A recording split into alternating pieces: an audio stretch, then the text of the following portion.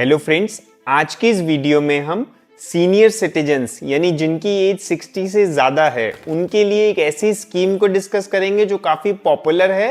हो सकता है आपको स्कीम के बारे में मालूम भी हो। वो स्कीम का नाम है सीनियर सिटीजन सेविंग स्कीम, जिसे आप पोस्ट ऑफिस या फिर बैंक से करवा सकते हैं।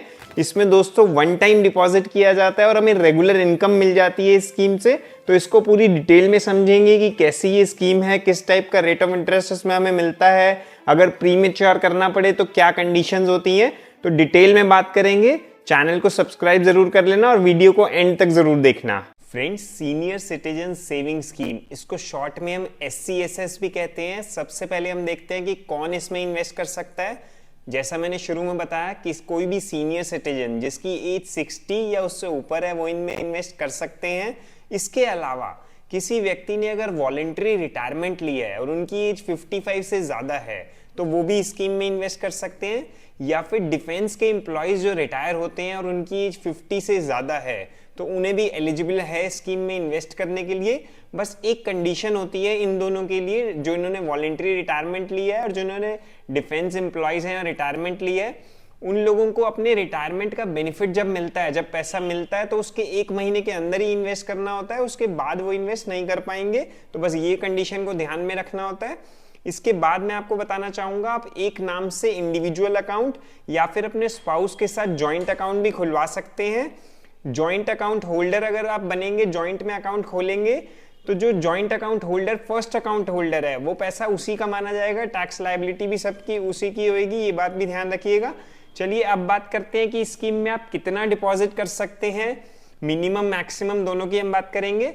मिनिमम यानी कम से कम की बात करें तो सिर्फ 1000 रुपए से अभी आप इसमें इन्वेस्ट कर सकते हैं और 1000 के मल्टीपल में आप इन्वेस्ट कर सकते हैं। सबसे पहले आपको पता होना चाहिए कि स्कीम में सिर्फ एक ही बार इन्वेस्ट किया जाता है, हर महीने या हर साल इन्वेस्ट नहीं करना होता। वन टाइम आप डिपॉजिट करते हैं तो मिनिमम 1000 और 1000 के मल्टीपल में आप इन्वेस्ट कर सकते हैं। अब बात करते हैं मैक्सिमम की, यानी ज्यादा से ज्यादा आप कितना डिपॉजिट कर सकते हैं।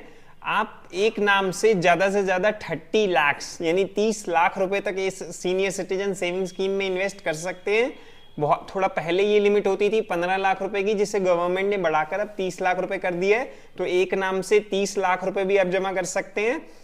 एक बात का ध्यान रखिएगा, अगर आप 30 लाख से ज्यादा इसमें इन्वेस्ट कर देते हैं तो आपको एक्सेस जो आप डिपॉजिट करेंगे, एक्स्ट्रा जो डिपॉजिट करेंगे, उस पर आपको सिर्फ सेविंग्स अकाउंट का ब्याज मिलेगा। तो आप 30 लाख से ज्यादा प्लीज इसमें इन्वेस्ट ना करें। मैंने जैसे शुरू में बताया, बैंक के थ्रू भी करवा सकते हैं, पोस्ट ऑफिस के थ्रू भी करवा सकते हैं, लेकिन जो लिमिट है वो एक नाम से टोटल 30 लाख की है। चाहे आप बैंक से कराइए चाहे पोस्ट ऑफिस से कराइए, वो लिमिट अलग अलग नहीं है, इस बात का भी ध्यान रखिएगा। इसमें आपको टैक्स रिबेट भी मिल जाती है अंडर सेक्शन 80C 1.5 लाख रुपए तक की। आप अगर ओल्ड इनकम टैक्स रिजीम में अपनी ITR फाइल करते हैं तो टैक्स बेनिफिट भी आप ले सकते हैं। अब बात करते हैं रेट ऑफ इंटरेस्ट, सबसे जरूरी एस्पेक्ट कि भाई क्या ब्याज हमें मिलेगा, कितना रेट ऑफ इंटरेस्ट मिलेगा इस स्कीम में। तो इस स्कीम का एट प्रेजेंट 8.2% पर एनम का रेट है, जिसे क्वार्टरली बेसिस पे दिया जाता है। यानी जो इंटरेस्ट होता है वो हर 3 महीने में आपको वापस मिल जाया करेगा। जब भी आप डिपॉजिट करेंगे हर क्वार्टर के एंड पे, यानी 31 मार्च, 30 जून, 30 सितंबर और 31 दिसंबर के आपको क्वार्टर्स का इंटरेस्ट दे दिया जाएगा। बस ये ध्यान रखिएगा, जब आप डिपॉजिट करेंगे तो जो पहला क्वार्टर एंड होएगा तो शुरू में आपको उतने टाइम का इंटरेस्ट मिलेगा, उसके बाद हर 3 महीने का इंटरेस्ट मिलेगा। एग्जाम्पल से भी इसे समझेंगे हम। अगर आप इंटरेस्ट क्लेम नहीं करते, जो इसमें 3 महीने में इंटरेस्ट मिलना है, अगर आप वो नहीं ले रहे किसी कारण से, तो आपको उसको कोई एक्स्ट्रा बेनिफिट नहीं मिलने वाला, उस पर एडिशनल इंटरेस्ट आपको नहीं मिलने वाला। तो बेटर यही है कि आप उसे क्लेम करते रहिए साथ साथ। अगर आप 30 लाख डिपॉजिट करते हैं, जो मैक्सिमम अमाउंट है, तो आपको 8.2% पर एनम के हिसाब से हर 3 महीने में 61,500 रुपीज का इंटरेस्ट मिल जाता है। यानी 61,500 रुपए आपके 3 महीने में आपके पोस्ट ऑफिस में कराएंगे तो पोस्ट ऑफिस के सेविंग्स अकाउंट में आ जाएंगे। अगर बैंक के थ्रू इन्वेस्ट कर रहे हैं तो बैंक के सेविंग अकाउंट में आपके 61,500 रुपए हर 3 महीने में क्रेडिट हो जाएंगे, जो कि मंथली बेसिस पे देखें तो 20,500 रुपए बनता है ये अमाउंट। तो आपको हर 3 महीने में ये मिल जाया करेंगे अगर आपने मैक्सिमम एक नाम से जो 30 लाख की लिमिट है उतना डिपॉजिट किया है। तो एक बात का और ध्यान आपको रखना है, अगर आपका साल का इंटरेस्ट यानी फाइनेंशियल ईयर जो होता है 1 अप्रैल से 31 मार्च के बीच आपका इंटरेस्ट 50,000 से ज्यादा का बनता है तो आपको उस पर टीडीएस भी लगा करेगा, टैक्स कट के आपको मिलेगा। अगर आपकी इनकम कम है और आप आईटीआर वगैरह फाइल नहीं करते हैं तो आप 15G या 15H फॉर्म भर के वो टीडीएस बचा भी सकते हैं। अब बात करते हैं कि अगर टाइम से पहले आपको विड्रॉ करना पड़ जाए, ये 5 साल का दोस्तों ये अकाउंट होता है, तो उससे पहले आपको कभी पैसा निकालना पड़ जाए तो क्या रूल्स हैं। अकाउंट को देखिए, पहली बात आप कभी भी प्री मैच्योर कर सकते हैं। आज आपने अकाउंट खुलवाया, आप 6 महीने बाद, 2 साल बाद कभी भी इसको बंद करवा सकते हैं। उसमें क्या कटौती होगी, क्या पेनल्टी लगेगी, उसकी हम बात कर लेते हैं। अगर आप 1 साल से ही पहले इस अकाउंट को बंद कर देते हैं तो आपको कोई भी इंटरेस्ट नहीं मिलेगा, और जो भी इंटरेस्ट आपको मिल चुका होगा, क्योंकि इसमें हर 3 महीने बाद इंटरेस्ट तो मिल जाता है, तो जो भी मिल चुका होगा उसे डिपॉजिट अमाउंट यानी प्रिंसिपल अमाउंट में से काट के आपको वापस दिया जाएगा पैसा। तो ध्यान रखिएगा इस बात को।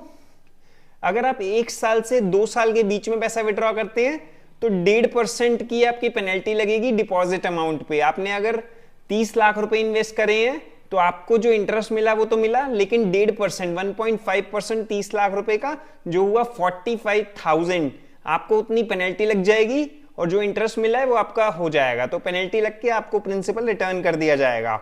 अगर आप 2 साल से 5 साल के बीच में अपना डिपॉजिट अमाउंट वापस मांगते हैं तो ये पेनल्टी 1% की होगी, और 5 साल का तो ये अकाउंट होता ही है। आप इसको एक्सटेंड भी करा सकते हैं, इसमें अलाउड होता है कि आप एक्सटेंड कराएं। तो अगर आपने एक्सटेंड कराया है, 5 साल के बाद अपने अकाउंट को एक्सटेंड कराया है और उस टाइम पे आप अपना ये अकाउंट बंद करना चाहते हैं तो उसमें कोई पेनल्टी नहीं लगती है, बिना पेनल्टी के आप उसे बंद करा सकते हैं।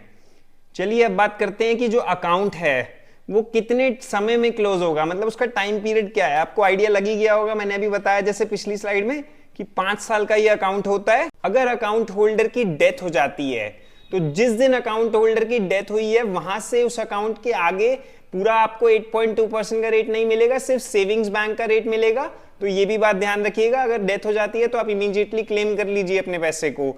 अगर स्पाउस जॉइंट होल्डर है या नॉमिनी है और तो वो चाहे तो इस अकाउंट में को कंटिन्यू कर सकती है मैच्योरिटी तक, लेकिन स्पाउस जो है वो एलिजिबल होनी चाहिए, यानी उसकी एज 60 साल से ऊपर होगी और उसका दूसरा कोई सीनियर सिटीजन में इन्वेस्टमेंट नहीं है तो वो कंटिन्यू भी कर सकती है in case of death of account holder. अब बात करते हैं कि क्या अकाउंट का समय बढ़ाया जा सकता है, कि क्या अकाउंट को एक्सटेंड किया जा सकता है। जैसा मैंने पहले बताया, मैच्योरिटी पे आप 3 साल के लिए अकाउंट को एक्सटेंड कर सकते हैं। 5 साल का ये अकाउंट होता है, 3 साल के लिए आप फर्दर एक्सटेंड कर सकते हैं, तो टोटल 8 साल आप इस अकाउंट को चला सकते हैं। अकाउंट की जो मैच्योरिटी होती है 5 साल की, उसके 1 साल के अंदर आप उसको जल्दी से एक्सटेंड करेंगे तो वो हो सकता है, उसके बाद नहीं हो पाएगा। और जो आप अकाउंट को एक्सटेंड करेंगे अगर, तो जो मैच्योरिटी के टाइम पे नया रेट होगा उस टाइम आपको वो मिलेगा, ये ध्यान आप रखिएगा। ऐसा नहीं है आपने आज 8.2% पे कराया तो 5 साल बाद भी आपको 8.2% पे एक्सटेंशन मिलेगा, ऐसा नहीं है। अगर उस टाइम 7% चल रहा होगा तो वो मिलेगा, 9 चल रहा होगा तो वो मिलेगा।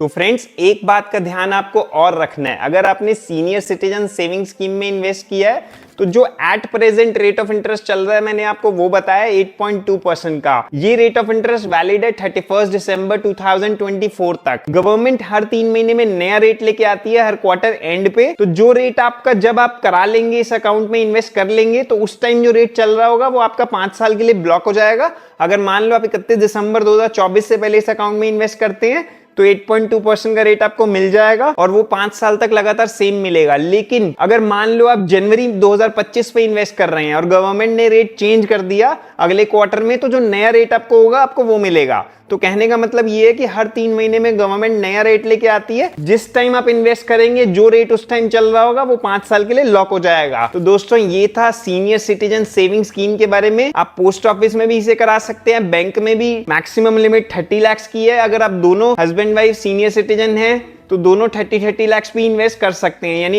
एक फैमिली में अगर हस्बैंड और वाइफ दोनों सीनियर सिटीजन है तो 60 लाख भी इन्वेस्ट किया जा सकता है, जिसका इंटरेस्ट भी 1,23,000 एवरी क्वार्टर आपको मिल जाएगा अगर 60 लाख इन्वेस्ट हुआ तो। रेट ऑफ इंटरेस्ट मैंने बता ही दिया 8.2% का है। तो इस स्कीम से रिलेटेड आपकी कोई और क्वेरी हो तो कमेंट सेक्शन में जरूर बताइएगा, मैं कोशिश करूंगा उस क्वेरी को सॉल्व करने की।